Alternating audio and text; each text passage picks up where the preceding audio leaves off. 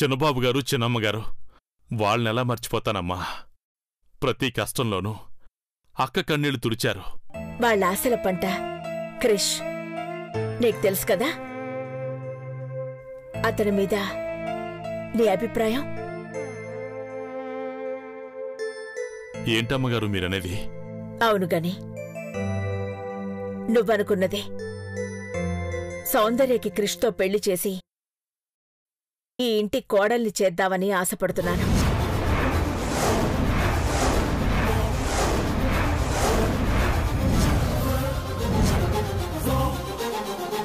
మొదటగా నా నిర్ణయం సౌందర్య తల్లిదండ్రులుగా మీకు చెప్తున్నాను.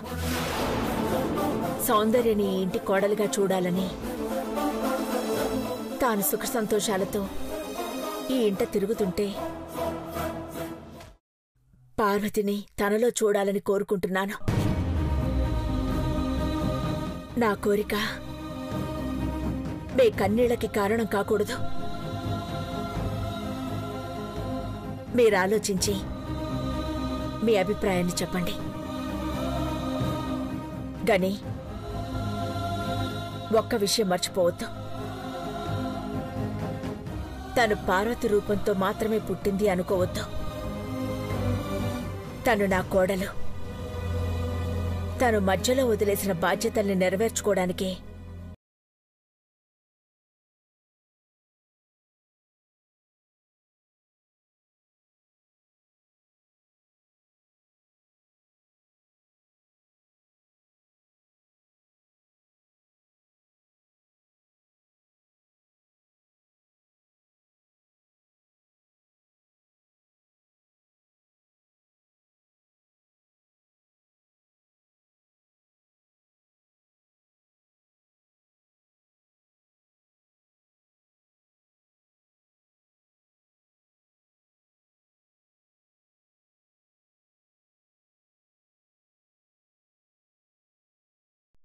సౌందర్యని తీసుకుని నాకు చెప్పకుండా దూరంగా వెళ్ళిపో.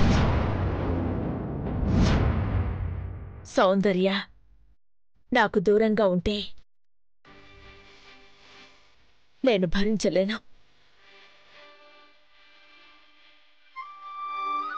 నువ్వు బాగా ఆలోచించి నిర్ణయం తీసుకోగాని.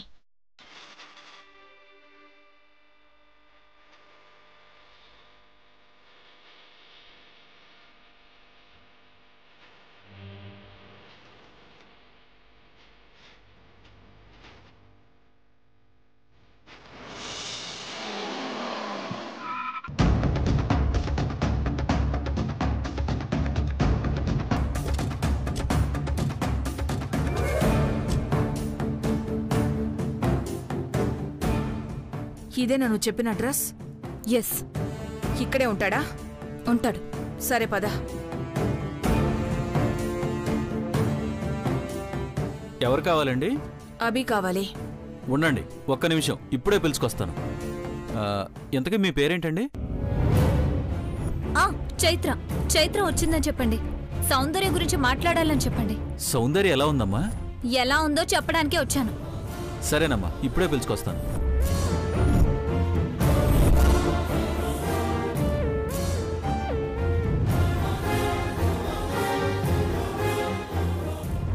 భవానీ, అభి చాలా తెలివైనవాడు. జాగ్రత్తగా మాట్లాడు. గని సరస్వతులు కావచ్చు, ఇంకేదైనా సమస్య కావచ్చు, ఎన్ని అడ్డంకులనైనా ఎదుర్కొంటామని చెప్పి ఒప్పించి రాత్రికి రాత్రే పెళ్లి జరిపించేయాలి.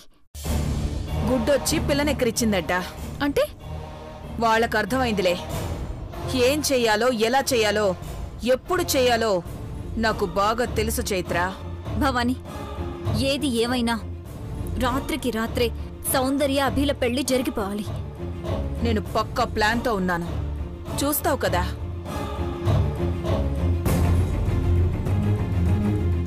అభి. ఏంటి బాబాయ్? నీకోసం చైత్ర వచ్చింది. చైత్రనా? అఖిలాండేశ్వర గారి మనవరాలంట. సౌందర్య గురించి మాట్లాడాలంట.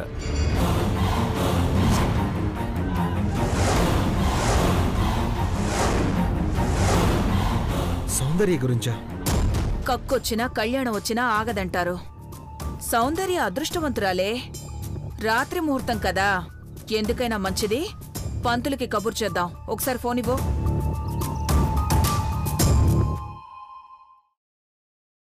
హలో దక్షిణామూర్తి గారు, ఈ రోజు రాత్రి ఒక పెళ్లి జరిపించాలి. రాత్రి ముహూర్తం కదా అని చుట్టి పడేయొద్దు. అన్నీ శాస్త్రోక్తంగా జరగాలి. ముహూర్తం కూడా మంచిదే ఉండాలి. భవానీ, సాక్ష్యం కోసం ముహూర్తం బాలేదనుకో, ఈ ముహూర్తానికి ఎవడైనా పెళ్లి చేసుకుంటాడా అని ఎవడో మనల్ని క్వశ్చన్ చేయదు కదా.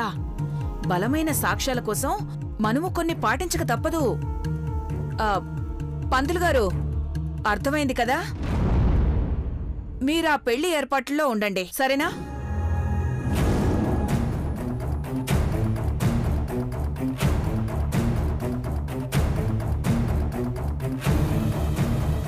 రే సూర్య, అఖిలాండేశ్వరి ఇంటి నుంచి అంటే చైత్ర అని చెప్తున్నాడు కదా, ఎందుకైనా మంచిది. నేను ముందు నడుస్తాను, నువ్వు తర్వాత రా. పద బాబాయ్.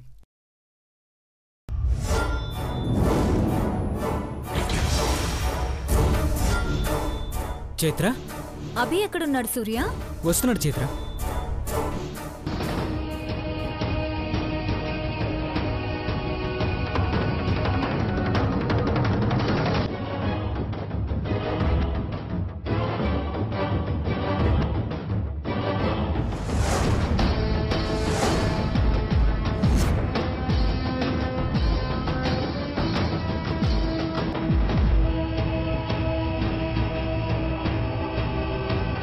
రే సూర్య,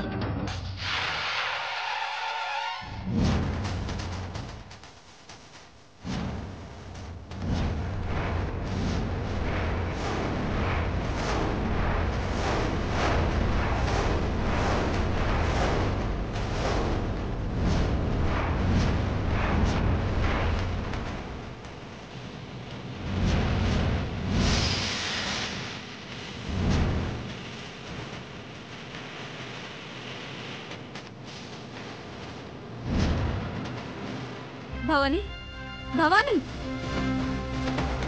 రచ్చు పెదబాబులా ఉన్నాడు. కొంపదీసి పెదబాబు కొడుకేనా, లేక పెదబాబులా ఉన్న మరొకడు కొడుకా? సౌందర్య అంటే పార్వతి తన మేనత్త కాబట్టి సేమ్ టు సేమ్ పుట్టిందనుకోవచ్చు. మరి అభి ఘట్టమనేని వంశాంకురం అయ్యుంటాడా? తల తిరిగిపోతోంది. అభి, మా భవానీ సౌందర్య గురించి నీతో మాట్లాడాలనుకుంటుంది. మీరేం మాట్లాడతారు? అలా అనకభి.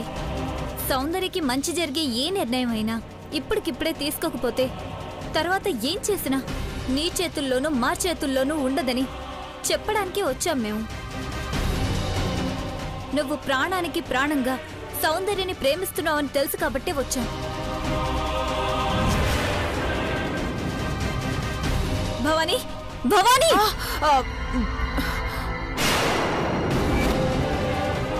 ఇప్పుడు వీళ్ళిద్దరికీ పెళ్లి చేస్తే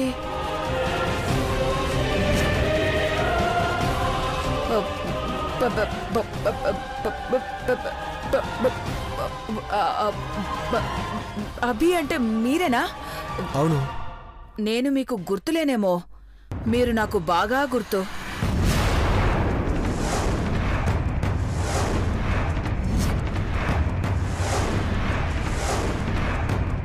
చూశాను. మిమ్మల్ని ఒకసారి చూసిన వారు ఎలా మర్చిపోతారు? మర్చిపోయే మొహం అది. అంటే మీరు ఎంతైనా ఘట్టమునేని అఖిలాండేశ్వరి తోడికోడలు కదా. ఆ తోడికోడల్ని కాబట్టే ఇప్పుడు నా అక్క తీసుకున్న నిర్ణయం గురించి మాట్లాడడానికి వచ్చాను. అభి, నీకు సలీం అనార్కలి, రోమియో జూలియట్, దేవా పార్వతుల ప్రేమ కథలు తెలుసు కదా? ఏ తెలీదంటే వరుసపెట్టి చెప్తారా ఏంటి? అది కాదభి. చైత్ర, అతన్ని మాట్లాడినివ్వు. ఏంటి మాట్లాడేది? కథలు చెప్తారా ఏంటి? కథలు చెప్పడానికి రాలేదు నేను, జరగబోయే అనర్థాలని గుర్తు చేయడానికొచ్చాను. అభి, సౌందర్యని మర్చిపో.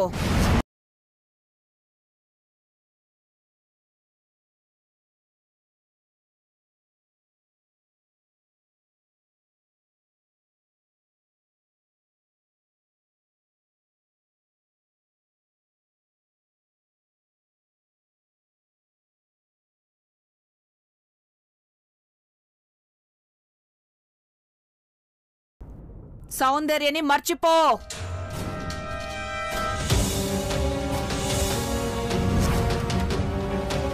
ఏ భవాని, నీకేమైనా తిక్కా? చైత్ర, నువ్వు మాట్లాడుకో. అభి, సౌందర్యని మర్చిపో.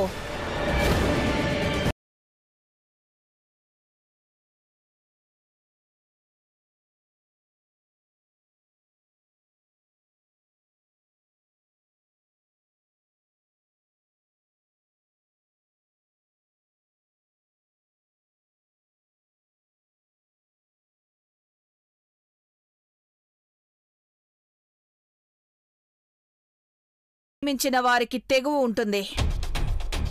ప్రాణం కంటే ఎక్కువ పిచ్చుంటుంది. నాకు తెలుసు నీది పిచ్చి ప్రేమని.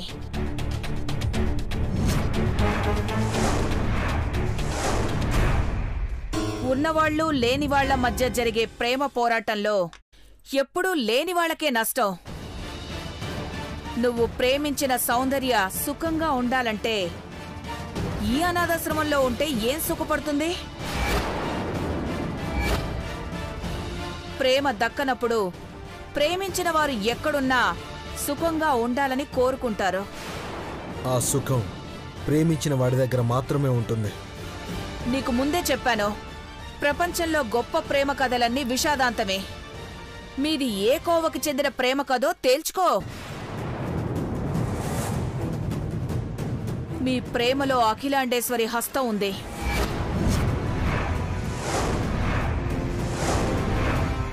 మర్చిపో. అయిపోయిందా? ఈ కథ చెప్పడానికే నువ్వు వచ్చింది?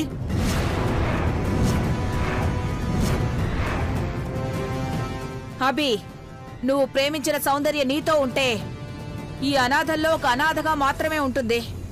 అదే అఖిలాండేశ్వరి ఇంట్లో ఉంటే ఇలాంటి అనాథ శరణాలయాల్ని వందలు వేల సంఖ్యలో పోషిస్తుంది. మీ మాటల్లో డబ్బుందన్న పొగరుందే తప్ప మనుషులతో మాట్లాడే మనసు లేదు. బాబాయ్, ఇలాంటి వాళ్ళని గేటు బయటుంచి మాట్లాడాలి. ఏయ్,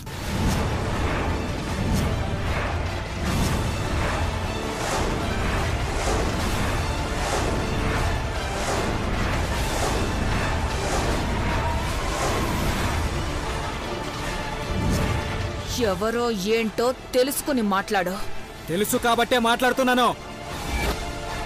పచ్చని ప్రేమలో నిప్పులు కురిపించే నీలాంటి వాళ్ళ గురించి తెలుసుకోవాల్సిన అవసరం నాకు లేదు.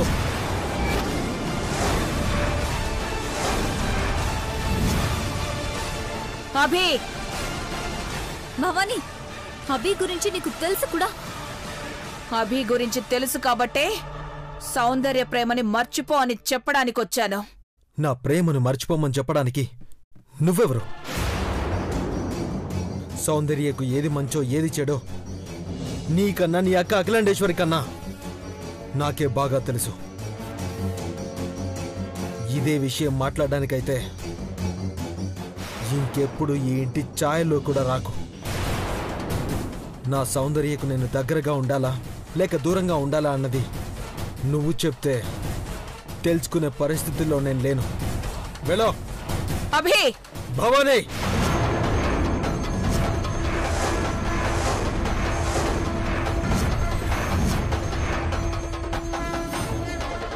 చీపురు పుల్లల గంగా భవానీ, నన్ను చూడగానే నీ వెన్నులో వణుకు పుట్టిందని నాకు బాగా తెలుసు. వెలో, ఆగో.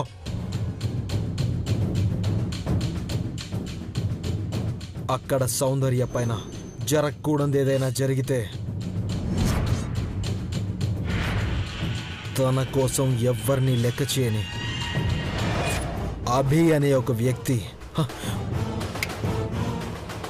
అభి అనే ఒక శక్తి ఇక్కడ ఉందనే విషయం గుర్తుపెట్టుకో. ఇప్పుడు వెళ్ళు.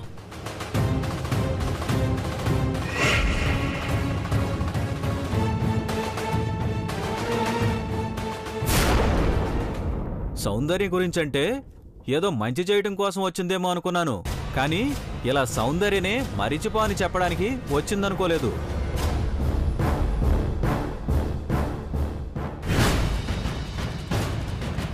భవాని, ఏం మాట్లాడదామని ఏం చేద్దామని లోపలికొచ్చాం? నువ్వు లోపలికెళ్ళాక మాట్లాడిందేంటి? ఆ పెళ్లి జరిగినా ఈ పెళ్లి జరిగినా ఎక్కువగా నష్టపోయేది మనమేనే.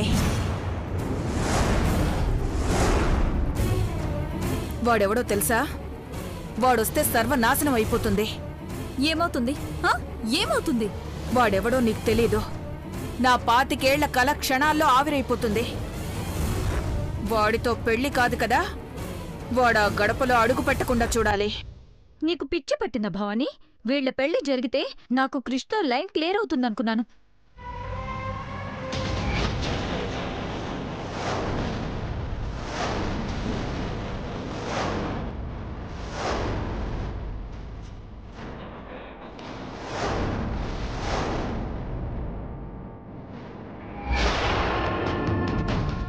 అచ్చం పెదబాబు నోట్లో నుంచి ఊడిపడినట్టుగా ఉన్నాడు. ఎవడు? మంటల్లో కాలిపోయాడనుకున్న పెదబాబు కొడుకా, లేక పెదబాబు రూపంలో ఉన్న మరొకతనా? ఎవరితను?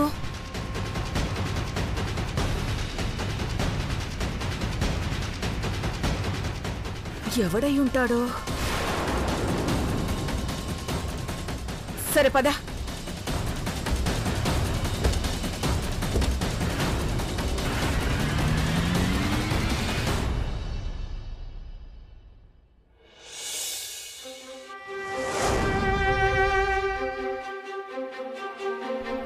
అత్తకి సంబంధించినవి అన్నీ నావే అన్నారు, అన్నట్టుగా అన్నీ ఇచ్చిండ్రు. కానీ అతి ముఖ్యమైనది మర్చిపోయిన అమ్మగారు. నా జీవితంలోకి వెలుగొస్తుందని, ఆ వెలుగు నా ప్రేమను గెలిపిస్తుందని, ఆ గెలుపు మీ వల్లే వస్తుందని ఈ ఇంట్లోకి అడుగు పెట్టినమ్మా.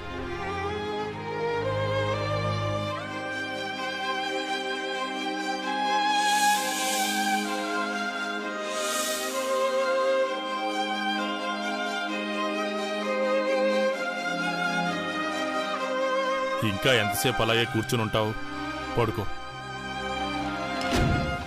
కళ్ళ నిండా కన్నీరు పెట్టుకొని కళ్ళారా నిద్రపోమ్మని చెప్తున్నారు. ఎందుకు కని? పెద్దబాబు గారి రూపంలో ఉన్న నా అబ్బాయి ఉన్నాడని తెలిసి అమ్మగారి ముందు నోరు మెదపకుండా చేసిండ్రు. కానీ అమ్మగారన్న మాటలు మీరెందుకు గుర్తించట్లేదు? అత్తకి సంబంధించినవన్నీ నావే అన్నారే. మరి పెదబాబు గారి రూపంలో ఉన్నా నా అబ్బాయిని నా నుండి ఎట్లా దూరం చేస్తారు? అందుకే అమ్మగారి సంతృప్తి కోసం అంగీకరించానేమో కానీ అవి మనకి సంబంధించినవి కావు. పదే పదే ఈ ప్రశ్న అడిగితే నా నుండి సమాధానంగా మాట మాత్రం కూడా రాదు.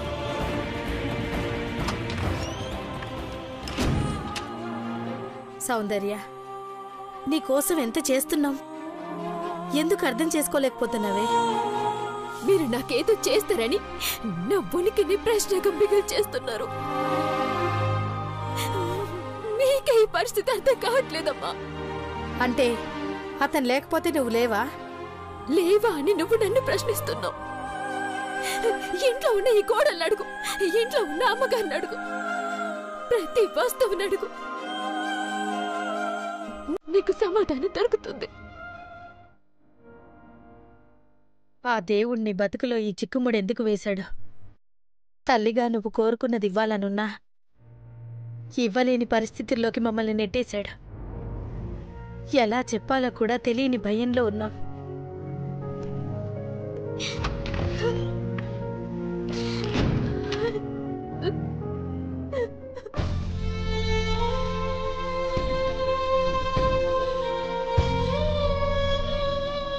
చూసావయ్యా, అదేమంటుందో విన్నావా? నిజంగా అది అడిగే ఏ ప్రశ్నకైనా మన దగ్గర సమాధానం ఉందా? అదేమైపోతుందోనని భయమేస్తుందయ్యా. ఈ ప్రేమ నుండి దాన్ని కట్టడి చేయలేమా?